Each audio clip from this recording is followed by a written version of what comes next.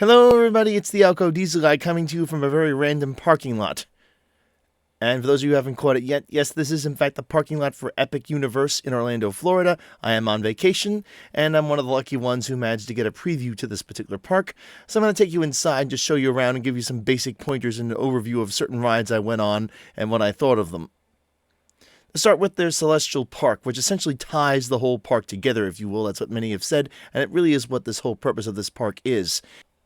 Much like all of the worlds in Epic Universe, you enter this one through a portal, which essentially acts as a sort of decompression zone, much like you have in the Magic Kingdom, where you have to take the ferry across to get to the actual park itself from the parking lot. These portals also do a great job differentiating each themed area from one another, so you really get the idea that you're being transported to a new land, when in fact you're only walking a few steps. There's some pretty cool scenes here, including this jazz band that was playing, providing something that's all important to a theme park, and that is essentially an alternative to taking a ride, a place to basically kick back and relax a little bit between rides, and just enjoy yourself. Live music in general seems to be something becoming ever more rare in parks, with the exception of things like the Blues Brothers shows, and of course the famous Marilyn Monroe show over in Universal Studios. Although I do remember that park having, in more cases, and perhaps it's just the times I've been going to it, a live band occasionally performing as you got into the entrance area, providing an excellent distraction and reminding you that you were having a premium experience. I didn't actually get to ride the two attractions here because of the way things worked out. One of them being a unique take on a carousel called the Constellation Carousel, a nice little kiddie ride for the young ones, which I'm sure they'll enjoy. And of course, the very famous Stardust Racers, which is described as being a much more intense version of the Hagrid's motorbike adventure, adding inversions and more intensity.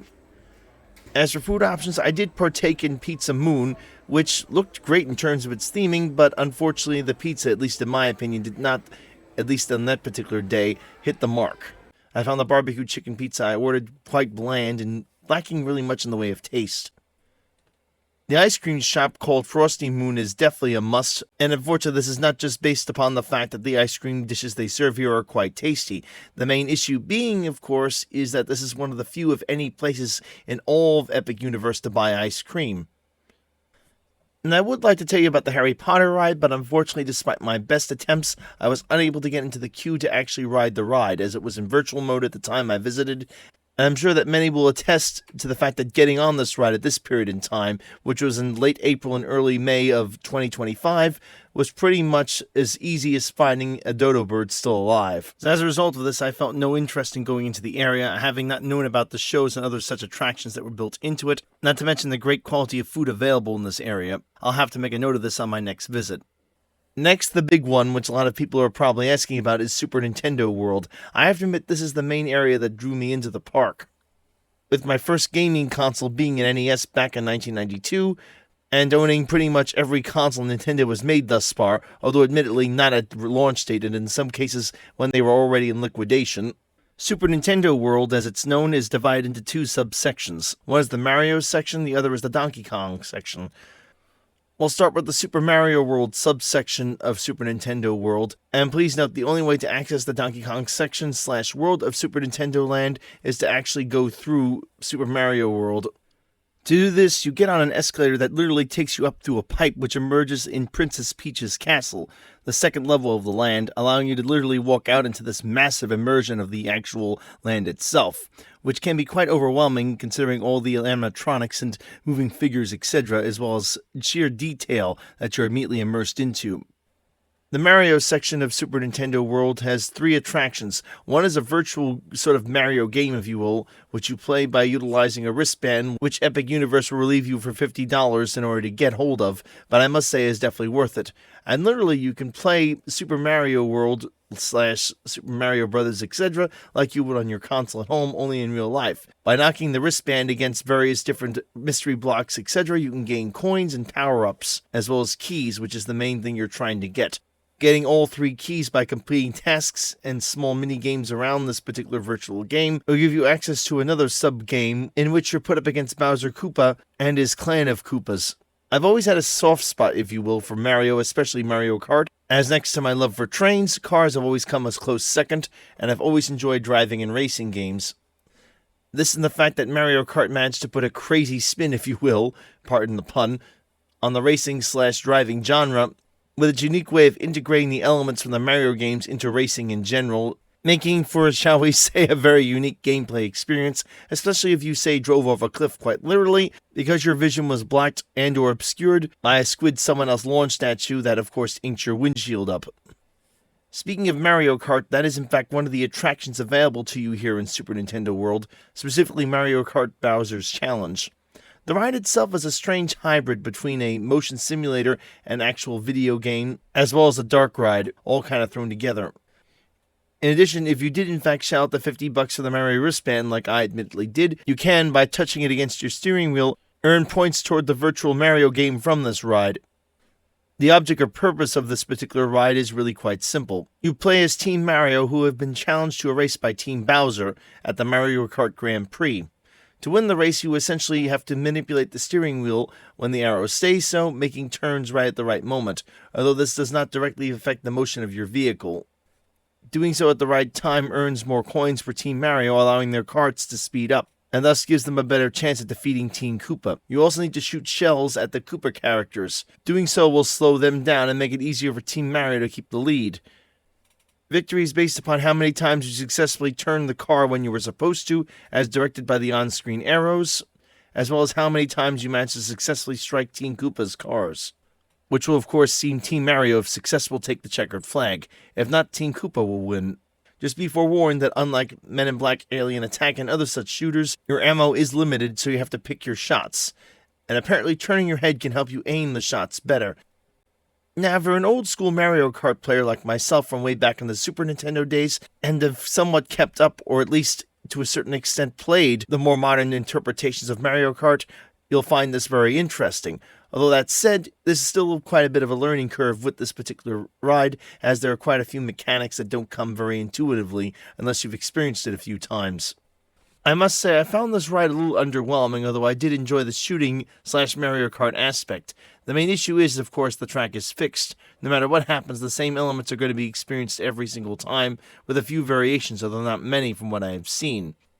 The aiming, which is utilized through the unique Mario Kart hat, as well as visor you wear during the game, takes a while to get used to. In fact, I wasn't really aware that you could actually turn your head and actually aim the turtle shells at the Koopa cars. I could have probably increased my score if that was the case. One thing I did notice, even if I was a poor shot, I was still able to easily pull off a victory in this particular game. It didn't seem to be as challenging as I was hoping it would be, and that's, mind you, if you're out of practice for a while like I've been.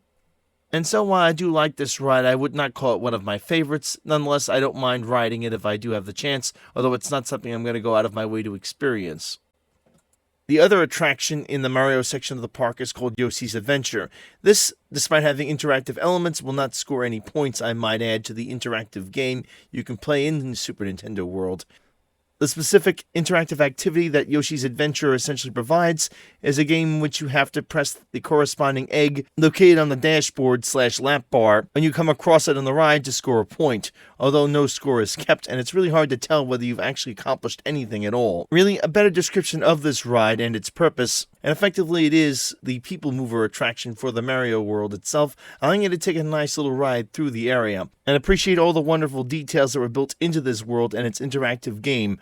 The main drawback, as many have pointed out, and I will definitely agree with, is the fact that there is no shade. It is in the blistering Florida sun, and you will get burned if you don't have suntan oil on. In fact, I did have quite a bit of suntan lotion on myself, and I still managed to get burned despite this fact. Overall, while I enjoyed my experience here, the sun really did a number on it, making it hard for me to see what was going on, and again, baking me like a potato in the hot sun, to paraphrase a line from the B-52 song. I'd seen, heard about, and even smelled, if you will, the Toadstool Cafe, and was very tempted to eat there. Unfortunately, there was a long line, and on top of that, the app glitched out. If this wasn't bad enough, as I was waiting on the queue to get in there, as I was so desperate to get my Luigi chicken burger with the pesto topping, oh, I love pesto, a somewhat disgruntled guest got up and came up to the people who were in charge of managing the line and demanded the food he had paid for so he could leave, as he had been waiting for his food for more than an hour and it had still not shown up. Hearing this, I decided it was my cue to skidoo. I excused myself and promptly left the building. Moving on to the Donkey Kong section of the Super Nintendo World area, which is once again very well themed, including the music, and provides some excellent interactive activities. The only main issue with this particular part of the land here is that while the quality is very high, the quantity is extremely low. That is to say, there isn't much to do here, with only one interactive game to play where you get a rhinoceros to come out of its crate if you happen to hit the drums in the right order, and a few elements around this particular part of the park where you can hit your wristband to score some points towards your virtual Mario game.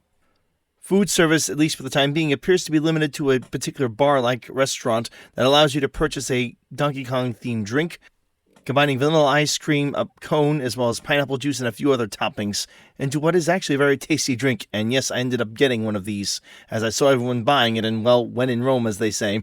The only ride in this particular area is, of course, the famous or infamous, depending upon your interpretation, Donkey Kong Minecart Coaster. Now, to start with, while this coaster looks particularly intimidating, especially from certain angles, the fact of the matter is it is not what I would call a quote-unquote scary ride.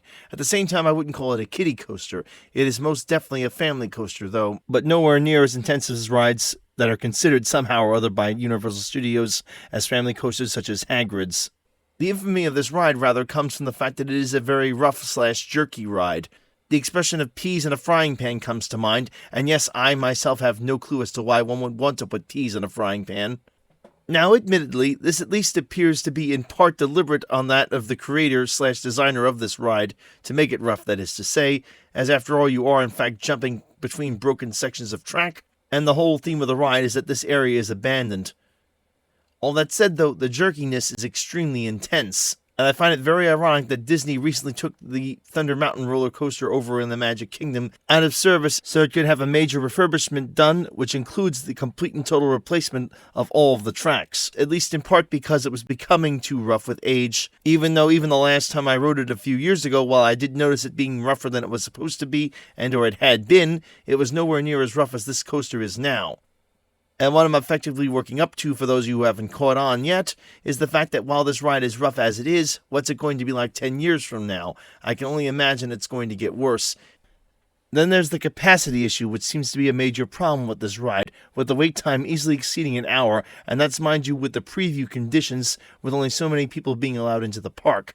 I shudder to think how long the line will get on this particular ride once the floodgates are opened and all are allowed to attend the park without having to have special permission and or a season pass, etc. While some have correctly pointed out that it appears that the developers of this particular ride were questioning how much demand there'd be based upon its very unique experience, as well as unique design, with again the side rod holding the cart in position, simulating the fact that it is in fact riding on a track, when in fact it's being held along the side of the track instead, also based upon the exaggerated views one gets when looking at the ride before going on it, making the intensity look far greater than it actually is, and the fact that it's located infamously enough all the way at the back of the park, where demand would normally be the lowest. The fact is, the designers did do their best to attempt to at least keep the wait times as low as possible by essentially making the minecarts operate more like omnimover cars, with the loading-unloading area featuring a moving walkway, allowing for non-stop loading, or at least conceivably so. Now, while this in theory should have sped things up, in practice it just doesn't work. The fact of the matter is, not everyone can get in and out of these carts quick enough, especially if someone trying to get on this ride is suffering from whatever reason from limited mobility, to allow the ride to continue to move consistently without having to stop. This is most definitely something the ride designers are fully at fault for here, as there should have been more attention paid to dealing with this particular scenario. This, more times than not, tends to cause the whole ride to come to a halt. And once the minecarts come to a stop, the whole queue basically comes to a halt. And it takes forever to get the ride going again. In fact, I was on it a few times, or about to get it on it, I should say, after they had been stopped, to allow a person who was having difficulty getting on the ride to get on correctly, or for that matter to get off the ride. Once all was done, the ride operators unfortunately then were unable to get the ride going again, forcing it to temporarily close. Now, I'm sure these issues/situations can be improved with better employee training/experience, which will come with time, but the fact of the matter is the loading station simply isn't big enough to handle the, shall we say, very optimistic capacities in which the designers thought this ride would be able to take/handle. Still, despite these facts, the Mine Coaster remains one of my favorite rides in Epic Universe, mainly because of its unique blend of dark ride elements and roller coaster elements which are very nicely tied together with animatronic figures, in which altogether put together a very compelling story which is told through them. The next land of Epic Universe I'd like to discuss is the Isle of Burke. Those of you familiar with the How to Train Your Dragon franchise, this will definitely make sense. Others, please bear with me. The franchise itself has been rather dormant since 2012. It was never all that popular, although I certainly wouldn't call it a flop. And let's face it, not every franchise can be the next Batman/Donald Duck, Mickey Mouse, Teenage Mutant Ninja Turtles, etc. All this said, the Isle of Burke illustrates something which Universal has proven time and time again. The strength of an IP really doesn't have much to do with its success in one of their parks. This, in my opinion, has already been thoroughly proven before, with the introduction of the Bourne Stuntacular over in Universal Studios. Despite the fact that this particular IP had had no additions in several years, it remains popular enough that people were more than willing to view a story in the franchise, even if it was more an amalgamation of the previous movies put together. And it's not like this particular attraction is lackluster, far from it. Same thing can be said with the Isle of Burke. While the IP is certainly not the weakest, it's not the strongest either. That said, it's all compensated for the fact that the rides, theming, and the general quality of this area is quite high in terms of everything, including the food, I might add, which I'll get to in a moment. The main physical rides in this particular area are Hiccup's Winged Gliders, Dragon Racer Rally, and of course, Fire Drill. Hiccup's Winged Gliders is very clearly just a standard flat ride that's been themed, and it didn't really attract me much, so I never bothered with this particular attraction. Besides, I was much more occupied by what I think is the star attraction for this particular land, and that is Dragon Racer's Rally. This particular attraction from the start constantly got comparisons with Slinky Dog Dash, a roller coaster over in Toy Story Land at Hollywood Studios in Disney World, as the manufacturer apparently is the same, and the track layout was supposed to be similar. However, I find this far from the truth. This particular ride is most definitely upgraded drastically from Slinky Dog Dash, and it contains a lot of unique elements, including several side hard banking moves, and an incredible amount of positive and negative G-forces. I was stunned when I was about to board and asked about details of this ride, and was informed that it was basically a kiddie coaster. Yeah, no. No way. Now, I'm not saying that this is a terrifying ride necessarily for kids, but I am saying it's way too intense to be called as such, and is again noticeably more intense than that of Slinky Dog Dash. All this said, I would not call this a scary ride whatsoever. It might be a little bit too intense if you're taking a very young child on it, but I would definitely say is that this definitely fits the mantra of a family roller coaster. It is noticeably, in my opinion, less intense than that of the Hagrid's ride, mainly because it doesn't maintain the high speed. That said, there are some very cool positive and negative G-force effects you go through here, something which I have never experienced before in a roller coaster myself, and something that has caused me to now think of this as my new favorite ride, of course dueling back and forth with the Donkey Kong minecart coaster. One of the things that tends to make this ride even more intimidating than it actually is the fact that it is so close in proximity to that of Stardust Racers, one actually starts to confuse it with the same ride. Although look carefully and you'll find that the Stardust Racer track is in fact yellow, while the Dragon Racer Rally track is in fact gray. The Isle of Burke is trying its best to appeal to children, although really it's more of a family area. Areas like the Vikings play area seem to emphasize this as much as possible, but again, the attractions that the land provides other than this do not line up with its intended goal. This is not a criticism, it certainly is a fun place to be, and in my opinion is one of the best, if not the best areas of the park next to Super Nintendo World, mainly due to its incredible theming. Next we come to an attraction that was at best misunderstood, or at worst was completely and deliberately lied about by the internet influencers promoting this park. Again, this is before the park was open when all this was written up. The ride is known as Fire Drill. Effectively, this was promoted, as I mentioned before, as incorrectly being a variation of Small World / Navi River Journeys, whatever you'd like to call it, when in fact it is completely different. This difference, of course, left me all wet, quite literally, if not completely soaked. Effectively, it's a slow-moving target practice boat ride where you try to extinguish fires in the form of spinning targets. Hitting certain targets will soak the other team, or perhaps yourself, depending upon what you strike. This is kind of where the ride falls on its face, as there's really no way of keeping score, with no score counter provided, so it's impossible to know if you've actually hit a target well enough for it to count, although apparently you're supposed to know when you get hit by water, which seems to happen at random points. I will humbly admit that my aim was not great on this ride, although there is a bit of a learning curve, as you have to pump the gun up for it to start shooting, and some of the targets seem completely out of range. Whatever the case, I found myself drenched once I was done with this ride on all occasions, one time not so much as the others, requiring me to utilize one of the drying machines to dry myself off. This didn't work, however, that effectively, and I was still pretty soaked after 2 attempts. The situation apparently is not unknown, as I noticed on many of the rides, huge rolls of paper towels being kept on hand to apparently dry the seats after said soaked person rides one of these rides. I have little doubt that this isn't contributing to issues with hang-ups in the lines, such as, again, on Donkey Kong Minecart Coaster. Much like Disney used to do, and I say this with as much regret as possible, not to mention nostalgia and, well, missing the good old days. This land also contains several street performers putting little acts on the side to distract you from the rides, or when you're soaked from fire drill in my case. I had a hard time attending shows in general in Epic Universe due to all the rides I was going on and essentially taking up all of my time, especially in later days as it got closer to when the park was supposed to open, as ride wait times began to spiral completely out of control to an excess of an hour in some cases. That said, a show I would strongly recommend one attend if they're at this park, even if they're not interested in how to train your dragon, has to be the Untrainable Dragon. The unique blend of effects, including the obvious flying dragon that goes across the actual whole stadium, are something to behold. But perhaps the best part of the Isle of Burke, and I must say beyond the attractions, is the food, which is astonishingly good. I ate at the Spitfire Grill during one of my visits, and was indeed very impressed with the grilled chicken and mixed vegetable dish I had, which included Brussels sprouts. And yes, I am a vegetable guy, so that definitely worked in well, and seemed very healthy in addition to being very delicious. The sauce on top really adding that extra dimension of flavor. Yes, the price that was close to $20 was high for what I ordered, and yes, it was quite a nuisance to utilize the app as there was absolutely no facilities to get around this. Nonetheless, this was made up for with the portion being very generous. And I will happily swallow, pun intended, the higher price if it means the quality of food is this high. The last segment of the park is Dark Universe. I did walk through this area, but never ended up doing very much with it at all, mainly because my stomach was in so-so shape. Overall, my visits to Epic Universe were a blast. Well, admittedly, there are some parts that are probably overhyped of this park. The fact of the matter is, for the most part, it hits everything dead on.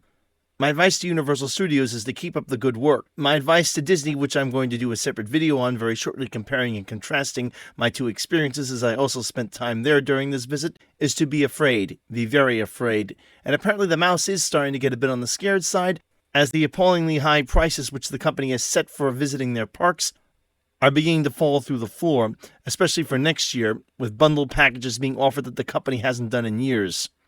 And that's going to do it for this video. If you liked it, give it a thumbs up. If not, thumbs down. Please like and subscribe. And as always, keep the metal side down.